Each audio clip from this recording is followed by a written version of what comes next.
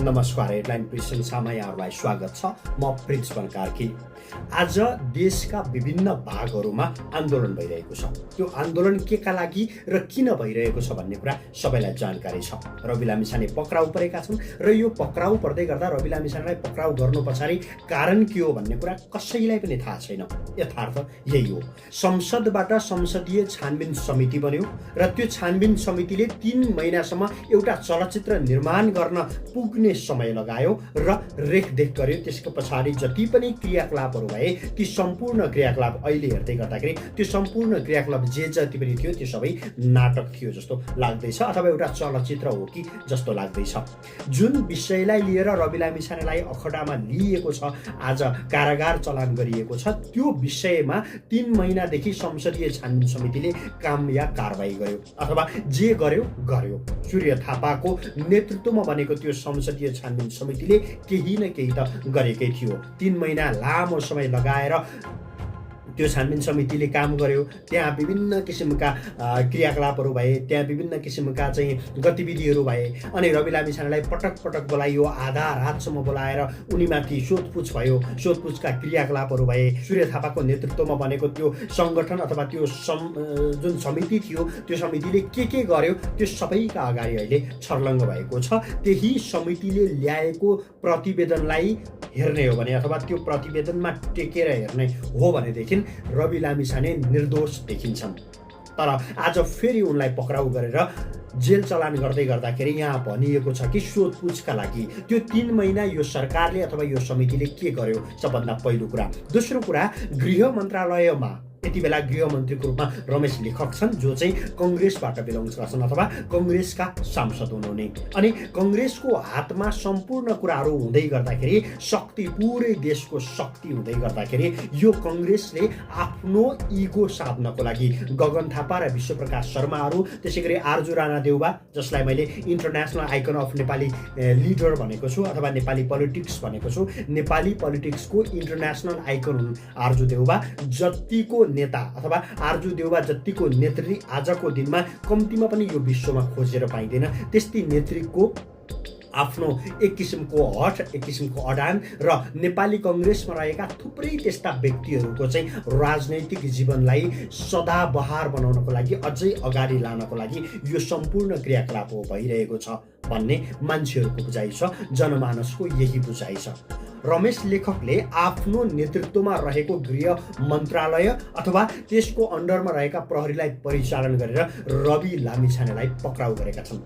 समग्र राष्ट्रिय स्वतन्त्र पार्टी माथिकै चाहिँ त्यो एक किसिमको चाहिँ प्रहार हो भन्दा फरक पर्दैन। अब यस्तो हिसाबले जुन तरिकाले जुन गतिविधि सरकारले गरिरहेको छ, केपी ओली सरकारले जुन किसिमको हरकत गरिरहेको छ, देखाइरहेको छ, त्यसले के सन्देश जान्छ भोलि आउने नवपिढीहरूलाई अथवा राजनीतिमा केही गर्न चाहनेहरू, जसले यो 32-35 वर्षदेखि बिथोलिएको, बिग्रिएको, धराशायी भएको र जीर्ण भएको राजनैतिक सिस्टम छ, त्यो सिस्टमदेखि आजित भएर केही न केही त पक्कै पनि नयाँ गर्न सकिन्छ, केही न केही त पक्कै पनि पोजिटिभ वेमा चेन्ज ल्याउन सकिन्छ, चेन्जेसहरू ल्याउन सकिन्छ भन्ने जुन होप, सानो झिनो एउटा आशा राखेर नेपाली पोलिटिक्समा आउन चाहने प्रत्येक युवाहरूको घाँटी निमोठिएको छ। आज उनीहरूका अगाडि बढ्ने खुट्टाहरू भाँचिएको छ, उनीहरूको होप, उनीहरूको आशाको घाँटी निमोठिएको छ। र यसलाई जसरी हुन्छ अब आउने मान्छेहरू जसले केही गर्न खोजिरहेका छन् र यी ठुला भनिएका राजनैतिक दलहरू, जो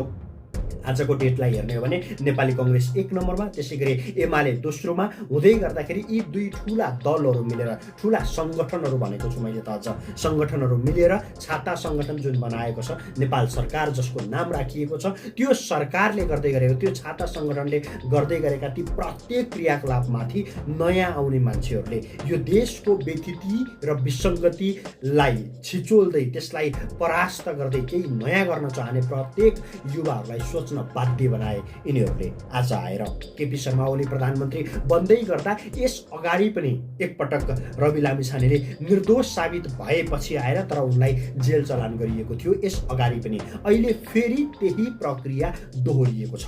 देशभरि जताततै आन्दोलन भइरहेको छ। रासोपाका समर्थकहरू र व्यक्तिगत रूपमा पनि रवि लामिछानेका समर्थकहरू, वेल विसरहरू आज सडकमा छन्। अब यो सरकारले यस अगाडिका कुनै पनि घटनाक्रमहरू, ती भ्रष्टाचारका काण्डहरू, अनियमितता र व्यथितिहरू कहीँ कतै पनि नदेखेको हो, या रवि लामिछाने, राष्ट्रिय स्वतन्त्र पार्टी, या अब आउने नयाँ मान्छेहरू जति पनि पोजिटिभ चेन्जेसको लागि आउने युवा पिँढीहरू छन्, ती सबैलाई सिद्ध्याउनको लागि यो एउटा एक्जाम्पल सेट गर्दैछ। यो कसैले पनि बुझेको जस्तो लाग्दैन अथवा बुझ्न सकेको जस्तो लाग्दैन। आर्जु राणा देउबा, जसलाई भुटानी शरणार्थी काण्डको नायिके मुख्य व्यक्ति भनेर किटान गरिएको छ, धेरैभन्दा धेरै राजनीतिक कर्मीहरूलाई थाहा छ। त्यति मात्रै होइन, यी गुण्डा नायिकेहरू केपी ओली, शेरबहादुर देउवा, प्रचण्ड र माधव नेपाल, झलनाथ खनालहरू, अझ प्रचण्डलाई त्यो भाँडोमा राख्न नमिल्ने अवस्था प्रचण्डले बनाएका थिए पछिल्लो सरकार चल्दै गर्दा। अर्थात् प्रचण्डले केही न केही गर्न खोजेका थिए, ती सिम्टम्सहरू प्रचण्डले देखाएका थिए। त्यसबाहेकका जति पनि नेता तथा नेत्री भनिएकाहरू छन्, यिनीहरूले एउटा यस्तो एक्जाम्पल सेट गर्दैछन् जसले चाहिँ विगत लामो समयदेखि यो देशमा जस्तो किसिमको सतीले सरापेको देश जसरी भनिएको छ, आज त्यो चाहिँ पूर्ण गर्नको लागि, त्यसलाई चाहिँ साबित गर्नको लागि जस्तो भूमिका यी गुण्डा नायकीहरूले खेलेका छन्, जो नेता कहलिएका छन्, यिनीहरूले खेलेका छन्। यो अझै पनि लामो समयसम्म अझै चलाउनको लागि, यस्तै राख्नको लागि, यस्तै विथितिहरूलाई अगाडि बढाउनको लागि, यस्तै विसङ्गतिहरूलाई अगाडि बढाउनको लागि, अनि यस्तै नकारात्मक हरकतहरू, क्रियाकलापहरू गरिरहनको लागि रवि लामिछानेलाई जेल हाल्नै पर्ने थियो, राष्ट्रिय स्वतन्त्र पार्टीको घाँटी निमठिनै पर्ने थियो, र यस्ता अब आउने जस्तो हर्क साम्पाङ र बालेन शाहमाथि पनि पटक पटक निर्मम भएर लागिपरेका छन् यी सरकारमा रहेका यी नेताहरू। यिनीहरूले हर्क साम्पाङ अलिकति कम, तर बालेन शाहलाई पटक पटक सिद्ध्याउन खोजेका थिए र अहिले पनि सिद्ध्याउन खोजिरहेका छन्। भलै उनी काठमाडौँ महानगरपालिकाभित्रका कार्यकारी प्रमुख हुन्, त्यसकारणले कुनै राजनैतिक गतिविधि यिनको हुँदैन, जे काम हो त्यही मात्रै गर्नुपर्ने भएको कारणले र यिनीमाथि कारबाही गर्ने ठोस ठेट एउटा प्रमाण केही पनि नभेटिएका कारणले आजसम्म पनि बालेन शाह जस्ताको जस्तै छन्, त्यही पदमा आसीन्न छन्। यिनीहरू खोजिरहेका छन्, ठाउँ ठाउँबाट खोजिरहेका छन् आज पनि कि बालेन शाहलाई कहाँ लगेर लडाउन सकिन्छ, कहाँ लगेर चिप्ल्याउन सकिन्छ। जसरी मदन भण्डारीलाई सिद्ध्याएका थिए यिनीहरूले, जसरी मदन भण्डारीको गाडी हुत्याएका थिए यिनीहरूले, जसरी मदन भण्डारीलाई सिद्ध्याएका थिए, आज कुलमान घिसिङलाई सिद्ध्याउन खोजिरहेका छन्, बालेन शाहलाई सिद्ध्याउन खोजिरहेका छन्। जसरी मदन भण्डारीको जुन हालत यिनीहरूले बनाएका थिए, त्यही हालत बनाउन सकिन्छ कि भनेर विभिन्न आधारहरू खोजिरहेका छन् यिनीहरूले। यदि पाएको खण्डमा एउटै मात्रै पनि मिस्टेक यदि बालेन शाहको पाउने हो भने बालेन शाहलाई पनि यसरी सकाइदिन्छन् यिनीहरूले कि सबै जनताहरू जो बालेन समर्थक छन्, जो यो देशको सकारात्मक परिवर्तनका समर्थक छन्, पक्षधर छन्, ती सबै हेरेका हेरे हुन्छन्। यो देशमा यी नै ठुला भनिएका, शीर्ष भनिएका नेताहरू जसलाई हरेक जनताले गुण्डा नायिकेको रूपमा चिन्न चाहन्छन्, चिनिरहेका छन्, तिनीहरूले चाहेको हुने हो भने, यिनीहरूले जे चाहन्छन् ठ्याक्कै त्यही नै हुने हो भने अबको केही समयमा यो देश नेपाल, यो देश जस्तो छ अहिले त्यस्तो पनि रहँदैन।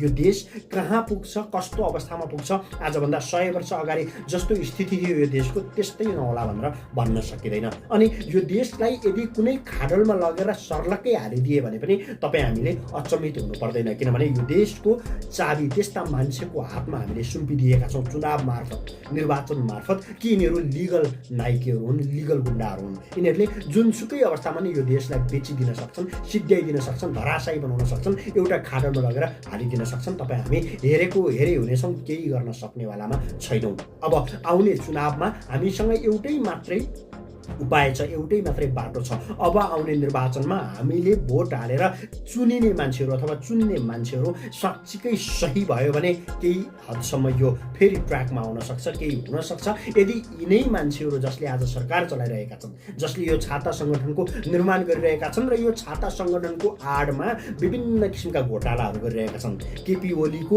अहिले यति बेला भ्रष्टाचारको एउटा यस्तो काण्ड बाहिर आइरहेको छ, सतहमा आइरहेको छ, यत्र तत्र सर्वत्र भइरहेको छ। झिनोभन्दा झिनो, सानाभन्दा साना मान्छेहरूले, साधारणभन्दा साधारण जनमानिसहरूले यसलाई बुझेका छन्। मिन बहादुर गुरुङ जो भाटभटेनीका मालिक हुन्, ती भाटभटेनीका मालिकले दिएको जग्गा यति बेला भ्रष्टाचारको सबैभन्दा ठुलो जो चाहिँ हाक्की गरिएको भ्रष्टाचार भन्नुपर्छ। एक थरी मान्छेले भन्ने गरेका छन् नि, केपी ओली स्याल होइन, केपी ओली बाघ हो र बाघ जस्तै गर्छन् भनेर। हो, बाघ नै हुन् केपी ओली। मैले पनि भन्न थालेको छु, केपी शर्मा ओली बाघ नै हुन्। स्याल भए त लुकेर भ्रष्टाचार गर्छ नि। भ्रष्टाचार गर्नु पर्यो भने, अनियमितता ल्याउनु पर्यो भने, विभिन्न किसिमका व्यतिथिहरू उब्जाउनु पर्यो भने पनि यदि स्याल हो भने लुकेर गर्छ। बाघले डाइरेक्ट गर्छ, दुनियाँलाई देखाएर गर्छ। केपी शर्मा ओलीले मीन बहादुर गुरुङसँग लिएको 10 रोपनी भन्दा बढी जग्गा त्यो हाक्की बाघले गरेको जुन गर्जन छ त्यस्तै हाक्की भ्रष्टाचार हो। सबैलाई हेपेर गरिएको भ्रष्टाचार हो। हेपेर तिमीहरू कोही पनि होइनौ, मैले चाहे भने यो देशमा जे पनि गर्न सक्छु भनेर देखाएको एउटा ठुलो र ज्वलन्त प्रमाण हो। त्योभन्दा बढी केही पनि होइन। यस्ता विभिन्न खालका काण्डहरू, यो त साधारण हो, वाइल्ड बडी काण्डहरू छन्, त्यसै गरी यति ओम्नीका काण्डहरू छन्, त्यसै गरी जलहरी काण्डहरू छन्, सुनका काण्डहरू त पटक यो देशमा कति घटे कसैले केही गर्न सकेन। त्यस्तै गरी यहाँ गिरिबन्धु टी स्टेट त हाम्रा नेकपा एमालेका प्रधानमन्त्रीकै काँधमा छ, उनैले बोकेर हिँडिरहेका छन्। जलहरी काण्ड पनि उनकै थाप्लामा उनकै काँधमा थियो, तर पनि हामी केही गर्न सकेनौँ। किनभने यिनीहरू जब अप्ठ्यारोमा पर्न खोज्छन्, अप्ठ्यारोमा पर्ने अवस्था आउँछ, त्यो बेलामा यिनीहरूले काँध जोड्छन्, टाउको जोड्छन् र अगाडि बढ्छन्। अरू बेलामा हेर्नुपर्छ, यदि कुनै पनि त्यस्तो साधारण समयमा हेऱ्यौँ र बुझ्ने कोसिस गऱ्यौँ भने एमालेको जहिले पनि एन्टी नै बनेको छ कङ्ग्रेस, र कङ्ग्रेसको जहिले पनि शत्रुवत व्यवहार नै गरेको छ एमाले। तर जति बेला रवि लामिछानेहरू जस्ता आए, जति बेला यिनीहरूले केही गर्छन् कि अब हामीले लामो समयदेखि बनाएको यो विरासत छ, यो अब लगभग ढल्नेवाला छ, धराशायी हुनेवाला छ भन्ने भइसकेपछि यिनीहरूले काँध जोडे। यसरी जोडे कि कसैले पनि यिनीहरूलाई लडाउन कुरा छोडिदिनुहोस्, हल्लाउनसम्म नसक्ने अवस्था यिनीहरू आफैले बनाए। भनेपछि यदि एउटालाई अप्ठ्यारो पर्यो भने त्यसले अर्काको पनि यसरी खोलिदिनेछ, यसरी खनिदिनेछ कि त्यहाँका प्रत्येक भ्रष्टाचारका काण्डहरू, त्यति बेलाका प्रत्येक उनीहरूले गरेका काण्डहरू एक गर्दै सतहमा आउनेछन्। हरेक जनतालाई, धेरैलाई थाहा पनि छ, नथाहा पाएकाहरूले पनि मजाले थाहा पाउनेछन्। र यिनीहरू सबै, यदि यो देशमा अर्को एउटा सत्य कुरा के हो भने, यदि यो देशमा सही ढङ्गले सुशासन हुने हो भने, एउटा व्यक्ति जो साँच्चीकै कार्यकारी प्रमुख भएर आयो र उसलाई समर्थन हुने हो र उसले साँच्चीकै केही यो देशको हकमा, यो देशको हितमा, यो देशको माटोको हितमा भन्ने गरेको छु मैले, माटोको हितमा केही गर्ने सोच बनाएर एउटा व्यक्ति आयो र उसले भने जस्तो गर्न पायो भने यो देशका शीर्ष भनिएका नेता सबै जेलमा हुन्छन्। जेल जति पनि देशमा जेल छन् तिनीहरूले भ्याउँदैन, त्यस्ता थुप्रै जेलहरू थप्नुपर्ने अवस्था आउँछ।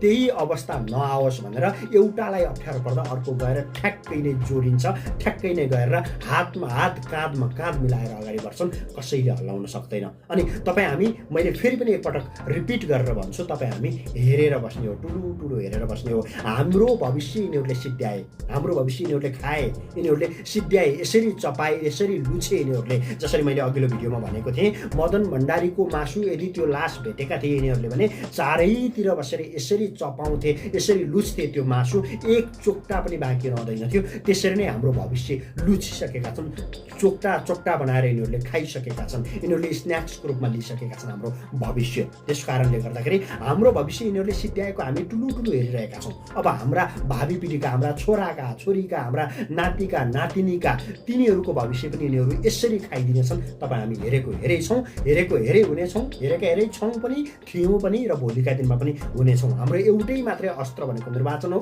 भोट हो। यदि अर्को पटक चुनाव हुँदै गर्दा सही मान्छेलाई छान्न सकेनौँ भने तपाईँ हामी हेरै हुनेछौँ। यो देश यिनीहरूले सर्लक्कै बेचिदिन्छन्, केही गर्न सक्ने अवस्थामा हामी रहँदैनौँ। गोर्खाली भनेर खुकुरीमाथि गर्व गरेर मात्रै बसिरहँदा मात्रै यो देशको उन्नति हुँदैन। केही न केही गर्नुपर्छ। त्यो गर्न सक्ने आधार भनेको, लिगल आधार भनेको भोटिङ हो। त्यो भोट गर्ने बेलामा हामीले दिमाग लगाएर गर्न सकेनौँ भने यो देश बेचिन्छ। भोलिको दिनमा यो देश एउटा खाडलमा पर्छ। तपाईँ हामी चुपचाप लागेर सहनु बाहेक र हेर्नु बाहेक अर्को विकल्प हुने छैन। आज रवि लामिछानेलाई यस्तो अवस्था परिरहेको छ। यो जुन जे भइरहेको छ यसको बारेमा सबैलाई थाहा छ।